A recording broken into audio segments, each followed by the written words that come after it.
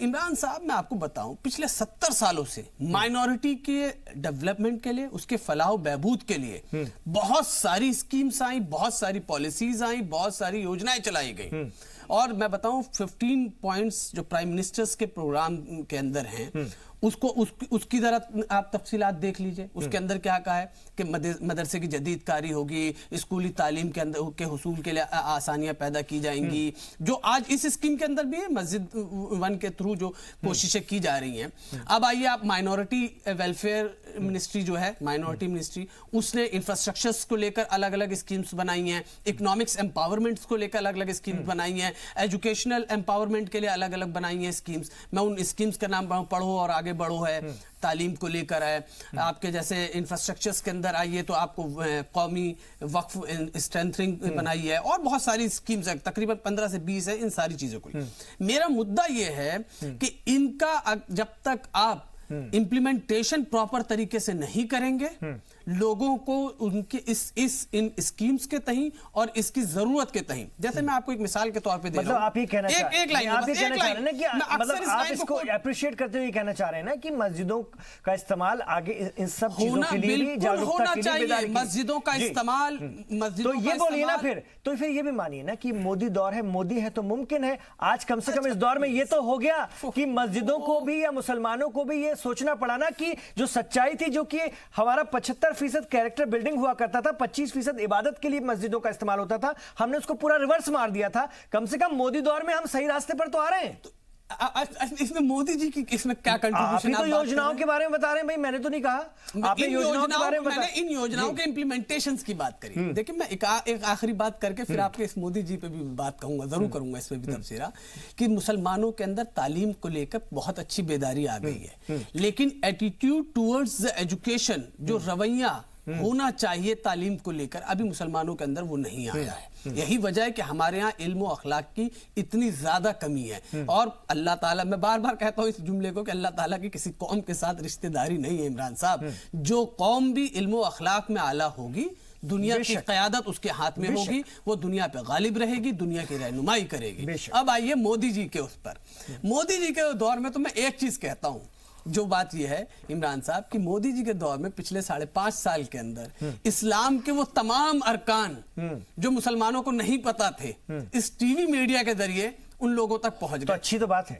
تو میں اسی لیے تو کہہ رہا ہوں آپ کو، آج اتنی ساری تنظیمیں بیٹھی، ارے مجھے پورا گنانے تو دیجیے. تو آج اتنی اچھی ساری تنظیمیں بیٹھی تو اسی لیے تو بیٹھی نا کہ کہیں نہ کہیں یہ احساس تو ہو رہا ہے کہ اور کچھ بڑھیا کرنا چاہیے. آپ کمپلیٹ نہیں کر رہے ہیں، مجھے انٹرفین کر رہے ہیں.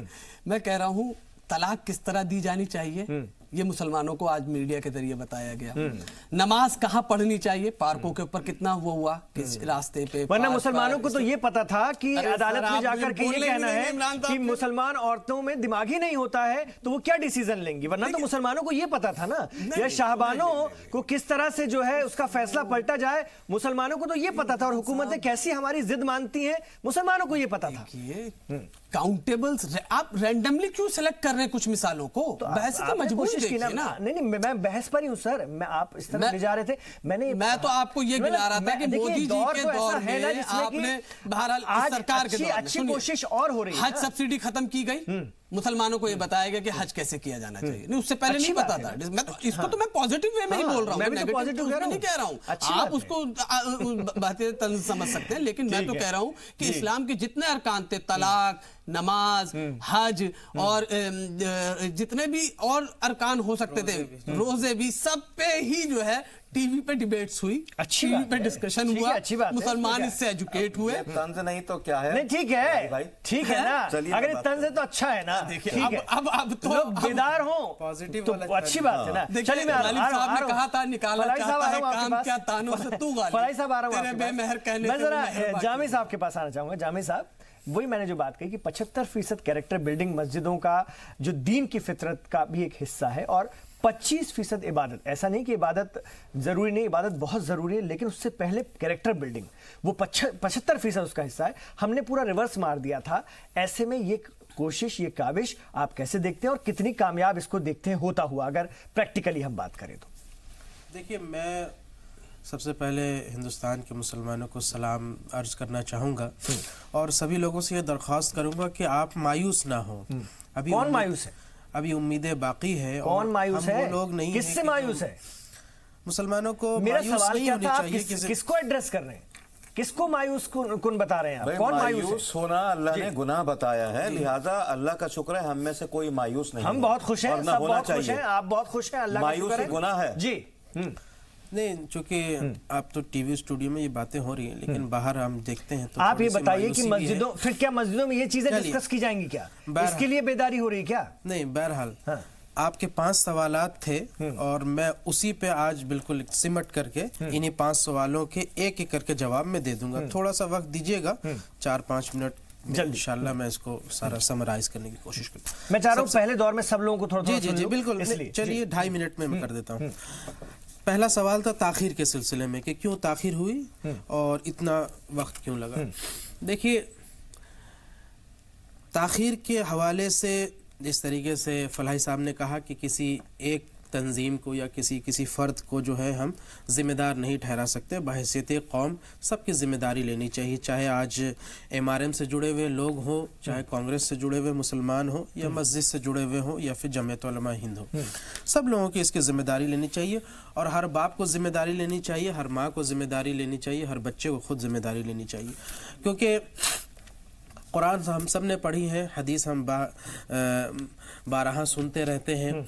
تو جب اللہ کے نبی صلی اللہ علیہ وسلم نے خود فرمایا کہ علم حاصل کرنے کے لیے چین بھی جانا پڑے تو چین جاؤ، اس سے مراد یہ نہیں تھا کہ پیدل چل کے آپ چین چلے جائیں، بلکہ کہ اس کے لیے جتنی مشقت آپ کر سکتے ہیں کیجیے، اس کے لیے جتنی سیکریفائس قربانیاں دینی ہوں آپ کریں. تو یہ ساری چیز معلوم ہونے کے باوجود بھی ہم نہیں کر سکے. کیا تھی کہ دیکھیے، ہندوستان کی آزادی کے بعد جو ہے بہت سارے حالات آئے، بہت سارے پروپیگنڈا چلا. اب کچھ ہڈن پروپیگنڈا تھے، کچھ اوپن پروپیگنڈا تھے. میں نام نہیں لوں. دیکھیے، آج میں سیاسی بات نہیں کروں گا، گفتگو نہیں کروں گا. یہ کانگریس اور BJP کی بات نہیں ہے. آج میں مسلمانوں سے خطاب یہ کر رہا ہوں خود ہماری اصلاح کے لیے. یہ سمجھیے کہ میں خود اپنے لیے کہہ رہا ہوں کہ ہم سے غلطیاں ہوئی ہیں اور نہیں ہونی چاہیے تھی. آزادی کے بعد 70 سال ہمارے پاس وقت تھا، بہت بیدار ہو سکتے تھے اور نظام جو مسجدوں کا ہے وہ بدل سکتا تھا، لیکن تاخیر ہو گئی. ہم مایوس نہیں ہیں اور انشاءاللہ آگے بہتر ہوگا. اب آپ کہنا چاہیں گے کہ کون لوگ ہوں گے جو اس میں رہنمائی کریں گے؟ دیکھیے، میں کہتا ہوں کہ ہیرا جو ہے اسی قوم میں ہے، اس کو ڈھونڈنے کی ضرورت ہوتی ہے. بے شک. تو انہی میں تراشا جائے گا انشاءاللہ.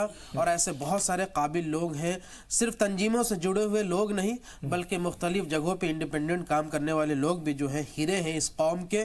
اور انہی ہیروں اور نگینوں نے ہندوستان کو بھی بہت کچھ دیا ہے اور سماج کو دیتے آئے ہیں.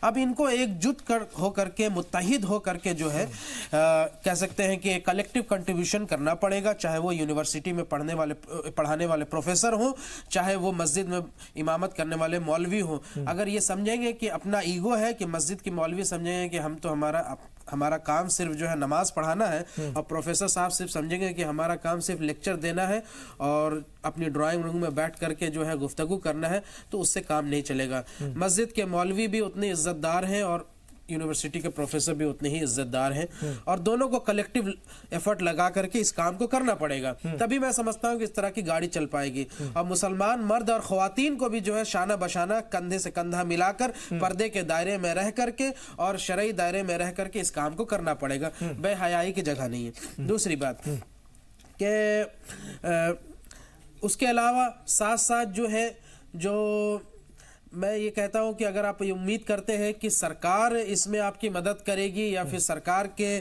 بیساکھی تلے آپ سہارے آپ چلنا چاہتے ہیں، تو یہ پھر جو ہے زیادتی ہوگی. ہر کام کے لیے ہم سرکار کو نہ کوس سکتے ہیں، نہ ان سے امید کر سکتے. یہ کام قوم کو خود کرنا پڑے گا اور خود ہی لوگوں کو کھڑا کرنا پڑے گا. تیسری بات 2 ہو گئی.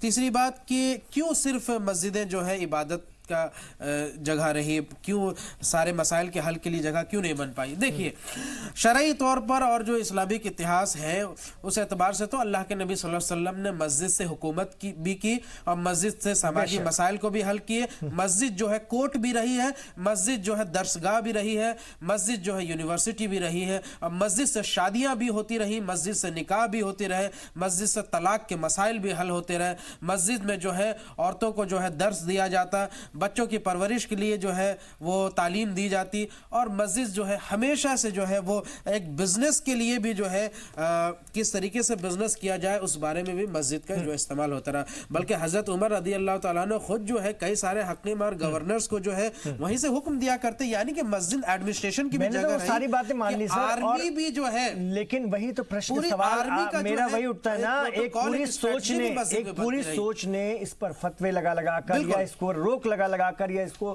ہتوتساہت کر کے ایسا بنا دیا کلچر کی ہم سوچ ہی نہیں سکتے تھے۔ اب یہ پہل ہو رہی تو اچھی بات ہو رہی ہے، لیکن ایک بہت بڑا وقفہ گزر گیا نا سر، بالکل مجھے لگتا ہے کہ کتنا نقصان ہو گیا، ہمارے ہندو بھائی جو ہے یہ سن رہے ہوں گے تو میں ان کے لیے میں نے بتایا کہ بھائی واقعی میں ہے ایسا، حقیقی طور پر ہمارا اسلام، ہمارا دین، ہمارا مذہب ایسا ہے جو اللہ کے نبی صلی اللہ علیہ وسلم جو لے کر کے آئے، لیکن یہ چونکہ مسلمانوں سے دین کو نہیں یہاں سے جوڑنا چاہیے کہ بھئی مسلمان کی کردار ہے تو دین بھی ایسا ہوگا یا اسلام بھی ایسا ہوگا، ایسا نہیں ہے۔ تو بس جلدی میں آؤں گا نا آپ کے پاس اور آؤں گا، چلیے ٹھیک ہے، میں ذرا شاہین پرویز صاحبہ کے جواب میں نے دے دیے دو کہ انشاءاللہ صاحبہ اتنے زیادہ فرقے میں بٹا ہوا یہ سماج ہے، اس سماج کی فرقے بازی کسی سے چھپی ہوئی نہیں ہے، ایک دوسرے کی مسجد میں نہ جانا ہے، کئی بار تو بورڈ بھی لگا رہتا ہے کہ فلانے فرقے کے لوگ ہماری مسجد میں داخل نہ ہو، یہ بھی ایک سچائی ہے۔ تو ہم جب اپنے فرقوں کو نہیں سمجھ پا رہے ہیں ٹھیک سے، ان کے مسئلے مسائل حل نہیں کر پا رہے ہیں، تو باقی دوسرے سماجی مسئلے حل کرنے مسجدوں میں بیٹھ کر کیا کریں گے اور کس حد تک کر پائیں گے؟ آپ کو لگتا ہے ایسا ہو پائے گا؟ ممکن ہے موجودہ دور اور موجودہ حالات کو دیکھتے ہوئے؟ دیکھیے میں تو ایک بات کہنا چاہتی ہوں کہ ہمارے مسلم سماج میں بہت سارے فرقے ہیں، لیکن ہمارے مسلم راشٹریہ منچ میں ہر فرقے کا انسان جڑ گیا، کیونکہ ان فرقوں میں سے ہیرے ہمارے جوہری، ہمارے ماننیے مارگ درشک مسلم راشٹریہ منچ کے اندریش کمار جی نے ان ہیروں کو ڈھونڈا ہے۔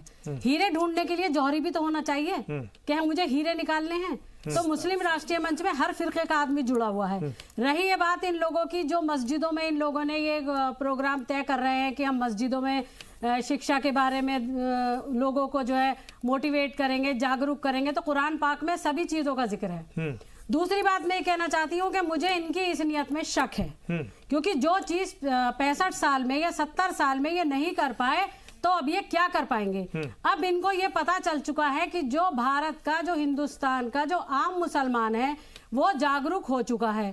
خاص طور پہ میں مسلم مہیلاؤں کا ادھارن یہاں پہ آپ کو دینا چاہتی ہوں کہ مسلم مہیلاؤں نے ساری بیڑیوں کو توڑ کر، ساری پرمپراؤں کو توڑ کر، سڑک پہ اتر کر آندولن کیے، 3 طلاق کے خلاف اتری سڑکوں کے اوپر، کیونکہ ہر گھر کی یہ ایک پیڑا بن چکی تھی کہ 2-2 3-3 بچوں کے ساتھ مسلم مہیلاؤں کو 3 طلاق نکال دیا جاتا تھا۔ انصاف ملا، ٹھیک ہے، انصاف ملا، ان کو انصاف ملا، قانون آپ کو یہ لگ رہا ہے کہ جب سب طرف سے تھک ہار گئے ہیں تو اب یہ کوشش شروع ہوئی ہے کہیں نہ کہیں قوم کو ایک بار پھر الجھانے کی، قوم کو ایک بار یہ دکھانے کی کہ دیکھو ہم اپنے مسئلے خود سلجھا سکتے ہیں، اپنے مسئلوں پر چرچا کر سکتے ہیں، اور اس کے لیے اب ہم اپنی مسجدوں کا استعمال کریں گے۔ اب آپ کو دھیان آیا؟ جی بالکل، مجھے شک ہے ان کی نیت پہ، نیت پر شک ہے، ٹھیک ہے۔ جیسے محمود مدنی جی ہیں، وہ کب سے نہیں ہیں، آپ بتائیے دارالعلوم دیوبند کے چلا رہے ہیں اتنے دنوں سے، آج تک کتنے انہوں نے مسلمانوں کو جو ہے ایجوکیٹ کیا ہے، بلکہ بھڑکانے کا کام کیا ہے دیش کے خلاف۔ اب یہ دیش کے خلاف تیار کرنا چاہتے ہیں، ان میں مسجدوں کا سہارا لے رہے ہیں یہ لوگ، مسجدوں کا سہارا لے کر یہ مسلمان قوم کو پھر بربادی کرنے کی طرف مسجدوں کا سہارا لے کر مسلمانوں کو بھڑکانا چاہتے ہیں۔ فیروز بخش صاحب بہت گمبھیر الزام ہے۔ شعیب بھائی ایک سیکنڈ، فیروز بخش صاحب بہت ہی گمبھیر الزام لگا ہے، اور میں یہاں پہ ایک چیز اور جوڑ لوں، اگر مسجدوں میں یہ بات ہو رہی کہ بھائی مسئلے مسائل بھی حل کریں گے، اگر میں ایک ادھارن بھی دے رہا ہوں، مثال دے رہا ہوں کہ اگر کوئی لڑکا ہے وہ ریسرچ کر رہا ہے کسی چیز میں، تو وہ کیا مسجد میں آ کر کے بیٹھ کے اپنی ریسرچ کے کام کو انجام دے پائے گا کیا بیٹھ کے؟ مطلب اس کو اتنا اسپیس اور یہ سب سویدھائیں وہاں پر ملیں گی کیا؟ کیونکہ یہ اسی طرح کی تو بات ہو رہی ہے نا، سب طرح کی چیزیں وہاں سے ہو سکیں گی۔ دیکھیے میں اس نئی پہل کے لیے اور خاص طور سے زی ٹی وی کو پھر میں مبارکباد دینا چاہوں گا کہ اس پروگرام کو انہوں نے سیریسلی لیا، کہ جس کو ہم کہہ رہے ہیں مسجد ون، اور آل انڈیا ڈیولپمنٹ کاؤنسل نے جو یہ نئی پہل کی ہے، یہ مبارکباد کے مستحق ہے۔ میں نے اپنے دونوں چھوٹے بھائیوں کو سنا، جس میں نے اسد خان فلاحی صاحب کو بھی سنا، شعیب جامعی صاحب کو بھی سنا، اور اپنی بہن، ہماری جو بہن ہے شاہین پرویز، ان کو بھی سنا۔ مجھے تھوڑا سا وقت دیجئے، کیونکہ ان سب لوگوں نے 7 منٹ بولا ہے، مجھے کم سے کم آپ 3-4 منٹ ضرور دیجئے۔ یہ بالکل صحیح بات ہے کہ مسجدیں ہمیشہ سے نہ صرف اخلاق سازی، نہ صرف معاشرہ سازی، نہ صرف کردار سازی کا سینٹر رہی ہیں، بلکہ انسان سازی کا سینٹر رہی ہیں۔